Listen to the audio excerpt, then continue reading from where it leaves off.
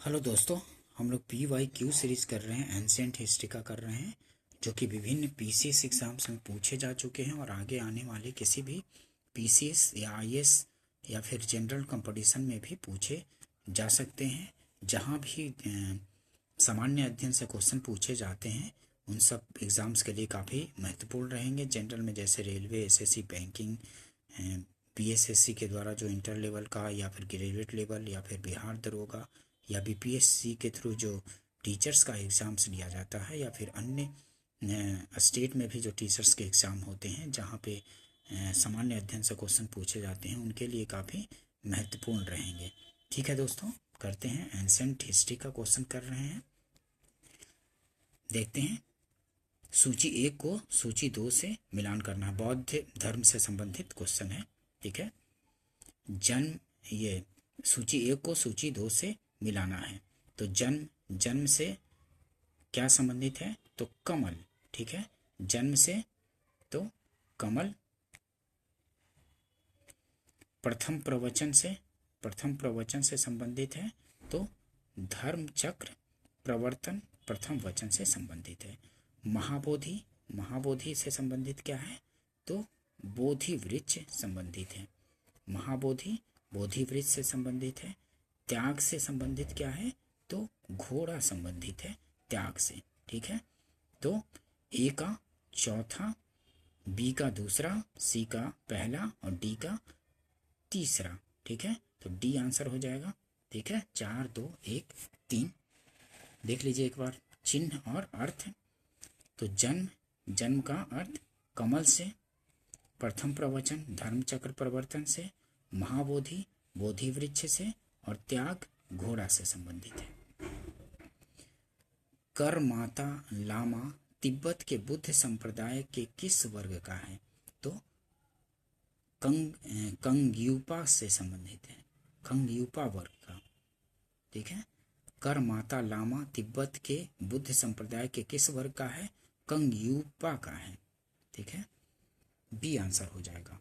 महात्मा बुद्ध के संबंध में निम्नलिखित कथनों में से कौन सही है? ठीक है, तो इनमें से कौन सा सही है? महात्मा बुद्ध के संबंध में निम्नलिखित कथनों में से कौन सही है? उनका जन्म कपिलवस्तु में हुआ था, ये सही है। उन्होंने बोधगया में ज्ञान प्राप्त किया था, बोधगया में ज्ञान प्राप्त किया था, ये भी सही है। उन्होंने वैदिक धर्म को अस्वीकार किया था, तो उन्होंने वैदिक धर्म को अस्वीकार किया था, ये भी सही है। उन्होंने आर्य सत्य का प्रचार किया था, तो ये भी सही है, उन्होंने आर्य सत्य का प्रचार किया था। ठीक है, तो 1 2 3 4 चारों सही हो जाएंगे। ठीक है, ध्यान रखेंगे। तो डी आंसर हो जाएगा। 1 2 3 4 चारों सही है। डी सही है क्योंकि उपयुक्त सभी कथन सही है। जन्म कपिल वस्तु के लुम्बिनी में, ज्ञान बोधगया में, वैदिक धर्म की अस्वीकार्यता तथा 4 आर्य सत्यों का प्रचार सभी सही है। ठीक है, 4 आर्य सत्यों का प्रचार सभी सही है। नेक्स्ट देखते हैं। बोधगया में महाबोधि मंदिर बनाया गया जहां गौतम बुद्ध को ज्ञान प्राप्त हुआ। ठीक है, बोधगया में महाबोधि मंदिर बनाया गया जहां गौतम बुद्ध को ज्ञान प्राप्त हुआ था, वहीं पे महाबोधि मंदिर बनाया गया है। बी आंसर हो जाएगा। ठीक है, बोधगया में 6 वर्ष की साधना के पश्चात 35 वर्ष की आयु में महात्मा बुद्ध को वैशाख पूर्णिमा की रात को एक पीपल वृक्ष के नीचे ज्ञान प्राप्त हुआ। अब उन्होंने दुख तथा उसके कारणों का पता लगा लिया। इसी समय से वे बुद्ध नाम से विख्यात हुए। यहीं पर महाबोधि मंदिर बनाया गया है जहाँ ज्ञान की प्राप्ति हुई है। ठीक है, जहाँ ज्ञान की प्राप्ति हुई थी वहीं महाबोधि मंदिर बनाया गया है। बोधगया में बोधि वृक्ष अपने वंश की इस पीढ़ी का है, तो किस पीढ़ी का है? षष्ठम पीढ़ी का है। ठीक है, डी आंसर हो जाएगा। षष्ठम पीढ़ी का है। ठीक है, छठी पीढ़ी का। ठीक है, 6th पीढ़ी, षष्ठम पीढ़ी।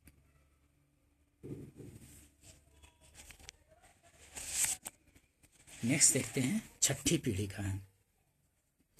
निम्नलिखित में से कौन सा बौद्ध पवित्र स्थल निरंजना नदी पर स्थित है? तो बोध गया स्थित है निरंजना नदी पर। निम्नलिखित में से कौन सा बौद्ध पवित्र स्थल निरंजना नदी पर स्थित है? तो बोध गया है। ये आंसर हो जाएगा।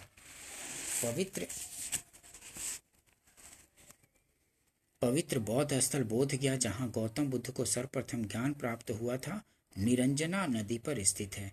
आधुनिक फल्गु नदी इसको बोला जाता है। आधुनिक फल्गु नदी को ही पूर्व में निरंजना के नाम से जाना जाता था। यह नदी दो छोटी धाराओं निरंजना और मोहना के मिलने से बना है। ठीक है, फल्गु नदी निरंजना और मोहना के मिलने से बना है।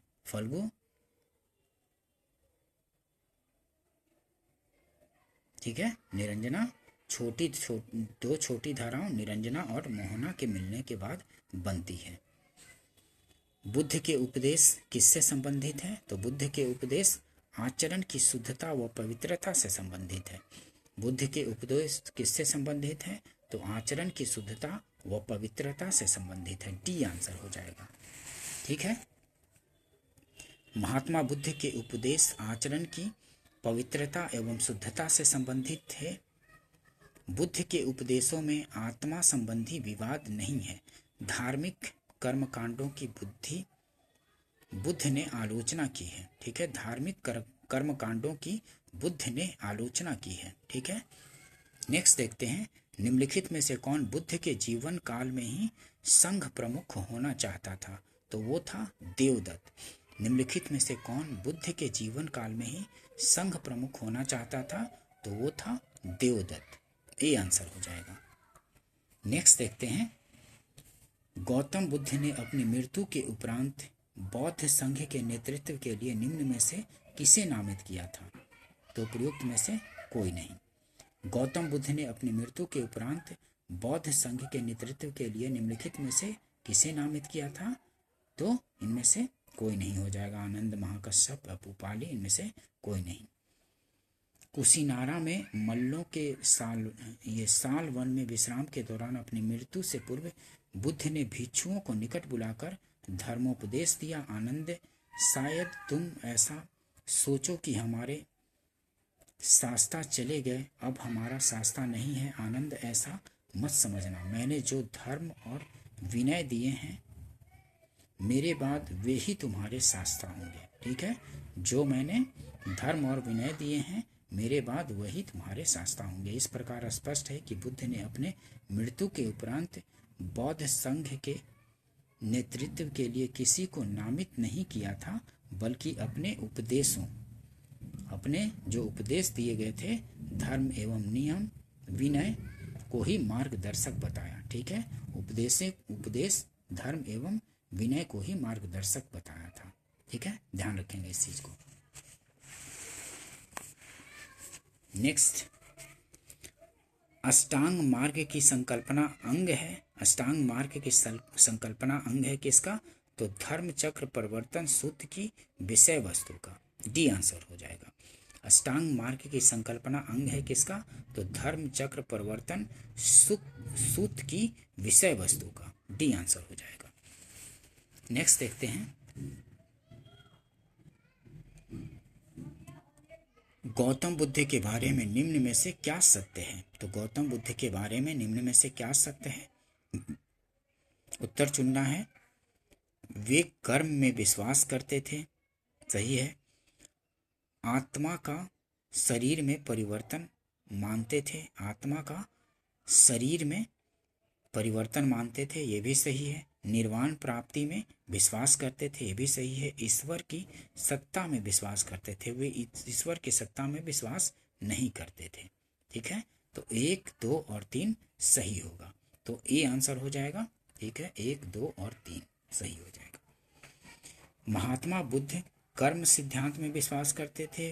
वे आत्मा में विश्वास करते हुए भी पुनर्जन्म में, वे आत्मा में विश्वास न करते हुए भी, वे आत्मा में विश्वास नहीं करते थे, पुनर्जन्म में विश्वास करते थे वे। ठीक है, आत्मा में विश्वास न करते हुए भी पुनर्जन्म में विश्वास करते थे। वे निर्वाण प्राप्ति में भी विश्वास करते थे, किंतु ईश्वर की सत्ता में विश्वास नहीं करते थे। इस चीज को ध्यान रखेंगे। क्वेश्चन पूछे जाते रहते हैं। बौद्ध संघ में भिक्षुनी के रूप में स्त्रियों के प्रवेश की अनुमति बुद्ध द्वारा दी गई थी, तो वैशाली में। बौद्ध संघ में भिक्षुनी के रूप में स्त्रियों के प्रवेश की अनुमति बुद्ध द्वारा दी गई थी, वैशाली में। ठीक है, अपने प्रिय शिष्य आनंद के कहने पर बुद्ध ने वैशाली में स्त्रियों को बौद्ध संघ में भिक्षुनी के रूप में प्रवेश की अनुमति प्रदान की थी। बौद्ध संघ में सर्वप्रथम शामिल होने वाली स्त्री महाप्रजापति गौतमी थी। ठीक है, बौद्ध संघ में सर्वप्रथम शामिल होने वाली स्त्री महाप्रजापति गौतमी थी। ठीक है, ध्यान रखेंगे। नेक्स्ट देखते हैं त्रिपिटक। त्रिपिटक क्या है? तो त्रिपिटक बुद्ध के उपदेशों का संग्रह है। ठीक है, त्रिपिटक बुद्ध के उपदेशों का संग्रह है। त्रिपिटक बौद्ध ग्रंथों में सर्वाधिक महत्वपूर्ण है। बुद्ध की मृत्यु के बाद उनकी शिक्षाओं को संकलित कर 3 भागों में बांटा गया। इन्हीं को त्रिपिटक कहते हैं। ये हैं कौन कौन से त्रिपिटक? विनय पिटक संघ संबंधी नियम तथा आचार की शिक्षाएं हैं। ठीक है, और सूत पिटक क्या है? धार्मिक सिद्धांत है सूत पिटक। ठीक है, धार्मिक सिद्धांत सूत पिटक। और अभिधम्म पिटक क्या है? दार्शनिक सिद्धांत है। विनय पिटक क्या है? 3 पिटक हैं, विनय पिटक, सूत पिटक और अभिधम्म पिटक।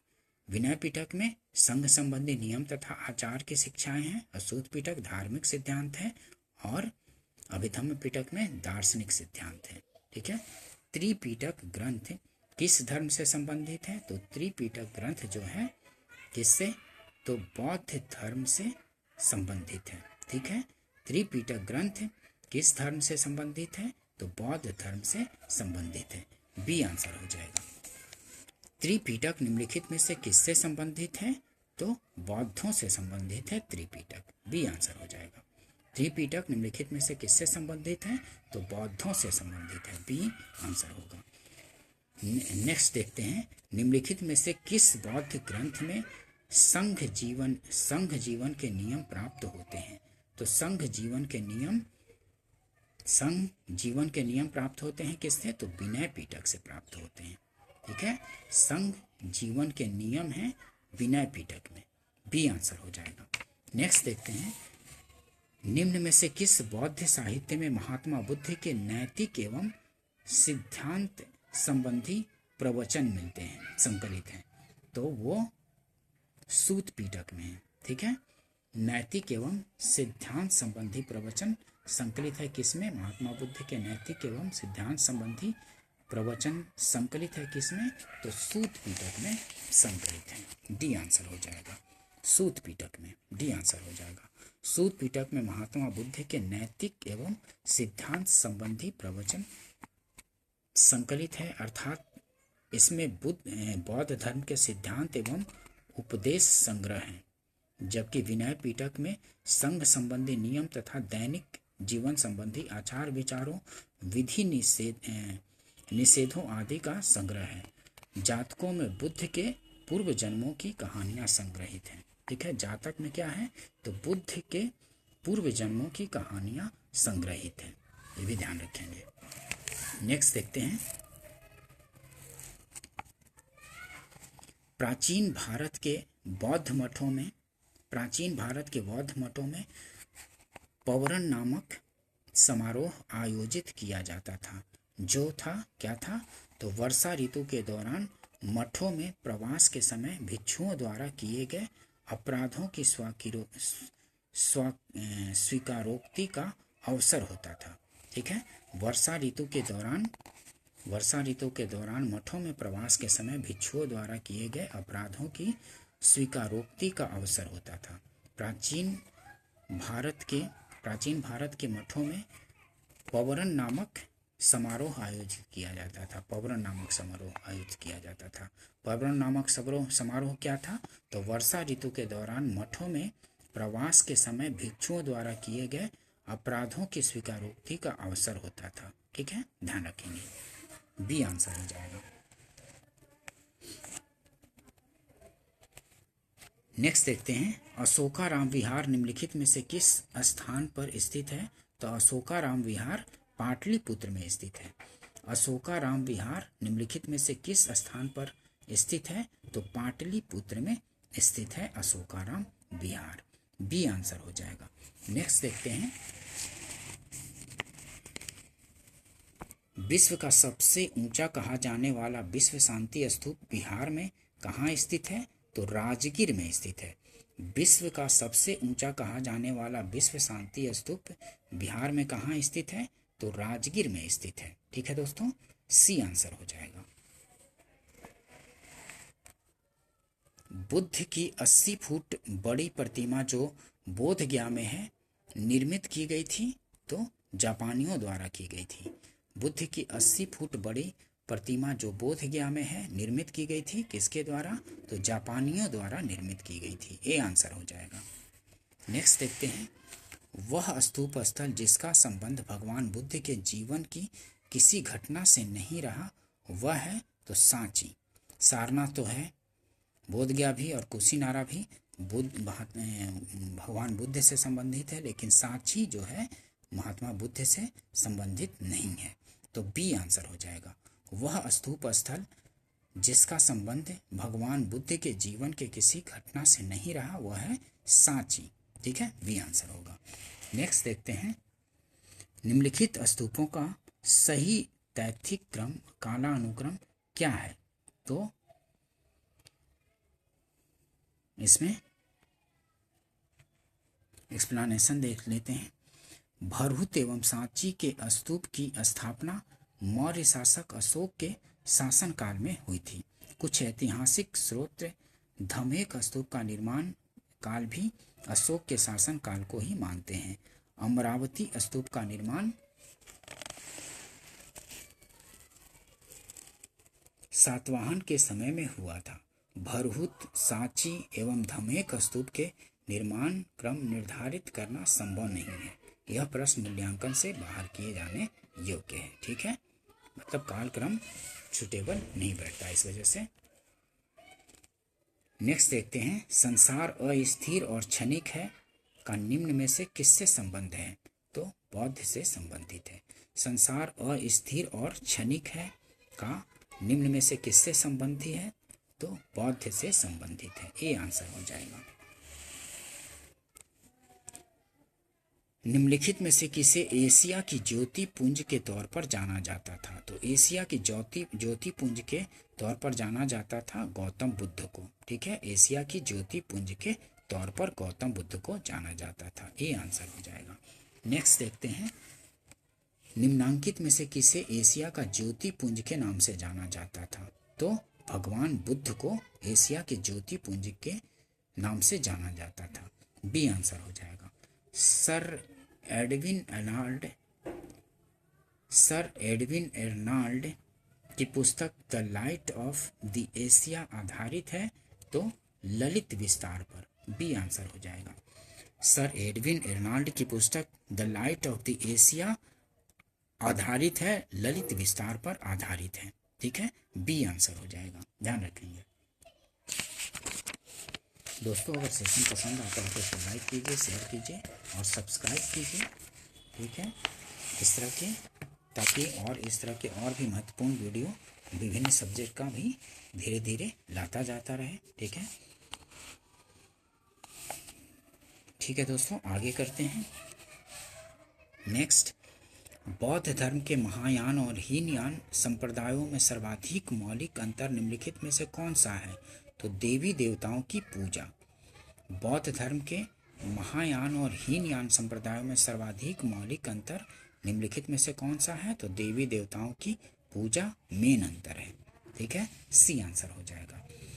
बौद्ध धर्म के हीनयान और महायान संप्रदायों में सर्वाधिक मौलिक अंतर देवी देवताओं की पूजा था।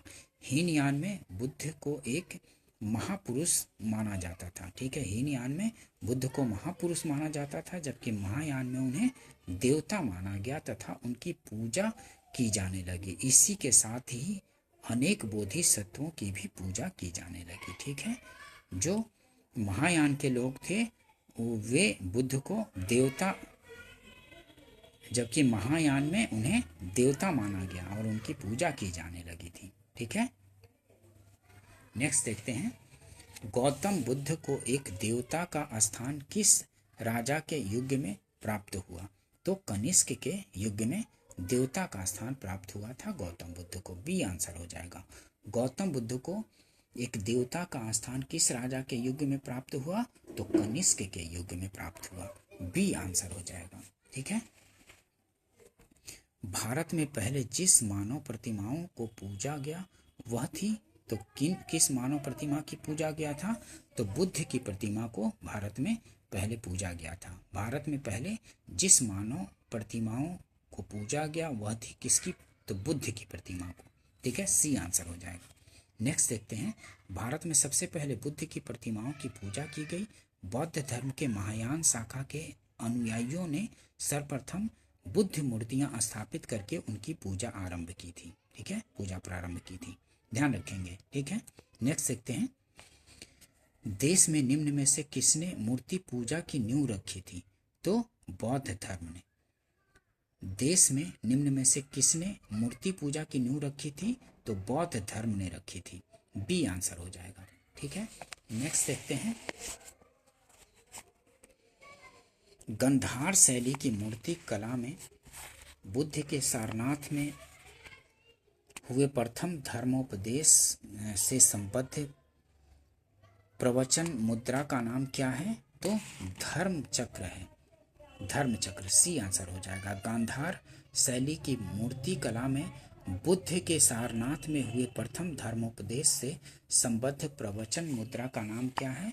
तो वो है धर्म चक्र। सी आंसर हो जाएगा। नेक्स्ट देखते हैं, बुद्ध की खड़ी प्रतिमा निम्न में से किस काल में बनाई गई? तो कुषाण काल में बनाई गई थी खड़ी प्रतिमा। बी आंसर हो जाएगा। बुद्ध की खड़ी प्रतिमा निम्न में से किस काल में बनाई गई? तो कुषाण काल में बनाई गई थी। बी आंसर हो जाएगा, ध्यान रखेंगे। कुषाण काल में ही गांधार एवं मथुरा कला शैली के तहत बुद्ध एवं बोधिसत्वों की बहुसंख्यक मूर्तियों का बैठी एवं खड़ी स्थिति में निर्माण हुआ। ठीक है, बैठी एवं खड़ी स्थिति में निर्माण हुआ। वी.एस. अग्रवाल के मतानुसार सर्वप्रथम मथुरा में ही बुद्ध मूर्तियों का निर्माण किया गया, जहां इनके लिए पर्याप्त आधार था। ठीक है, नेक्स्ट देखते हैं,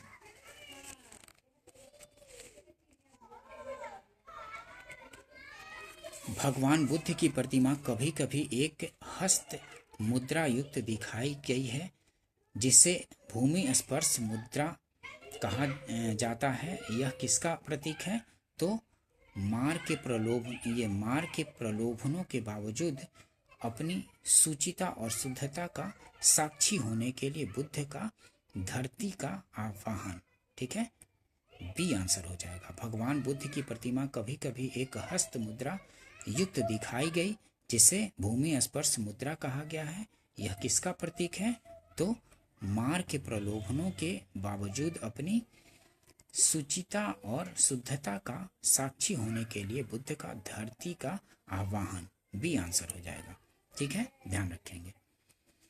बुद्ध की भूमि स्पर्श मुद्रा से तात्पर्य अपने तप की सुचिता और निरंतरता को बनाए रखने से है।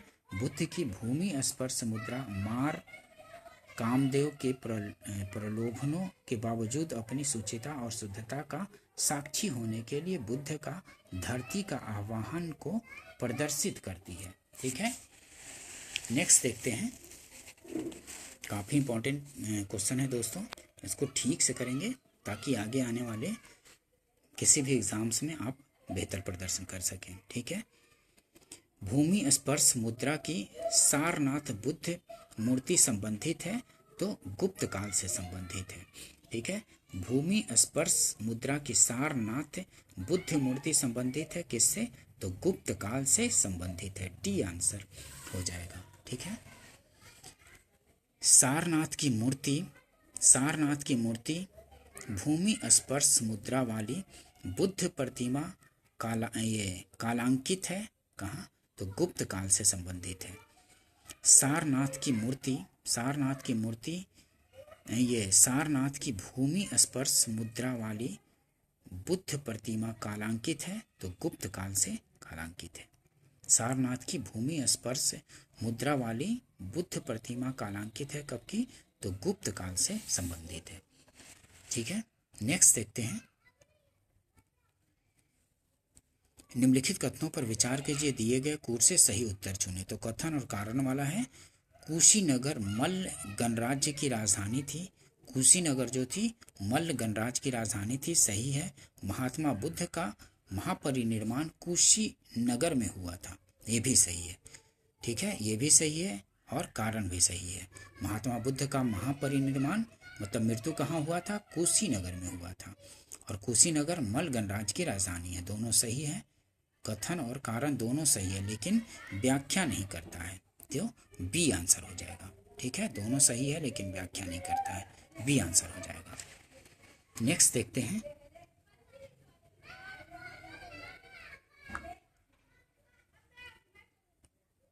सही सुमेलित कौन है? निम्नलिखित युगों में से कौन सी सही सुमेलित है? तो लोथल प्राचीन गोदी क्षेत्र है, मतलब यहाँ पे बंदरगाह था। और सारनाथ बुद्ध का प्रथम धर्म उपदेश, ये सही है। सारनाथ में बुद्ध का प्रथम धर्म उपदेश हुआ था। राजगीर अशोक का सिंह स्तंभ शीर्ष, ये नहीं है, ये गलत है।